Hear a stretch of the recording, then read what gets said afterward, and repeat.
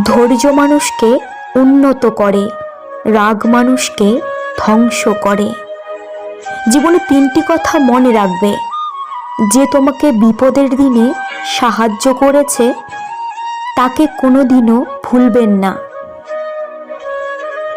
যে তোমাকে ভালোবাসে তাকে কখনো ঘৃণা করবে না। যে তোমাকে বিশ্বাস করে তাকে কোনোদিনও ধোঁকা দিও না। সব সহ্য করা যায়, কিন্তু প্রিয় মানুষের অবহেলা সহ্য করা যায় না।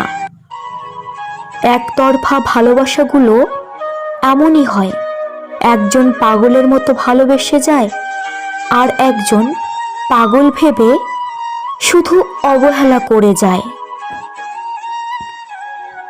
অনুভূতি, ভালোবাসা, মায়া এগুলো যত কম প্রকাশ করবেন, মানুষ আঘাত করার সুযোগ তত কম পাবে।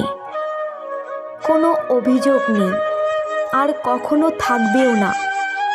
আছে কিছু অভিমান, যা কখনো বলবো না। সময়ের সাথে যদি কোনো সম্পর্ক নষ্ট হয়ে যায়, তাহলে বুঝে নিও সে সম্পর্কে ভালোবাসা নয়, প্রয়োজন ছিল। সম্পর্ক কখনো তৃতীয় ব্যক্তির জন্যে ভাঙে না। সম্পর্ক ভাঙে তার জন্যে যে তৃতীয় ব্যক্তিকে প্রশ্রয় দেয়।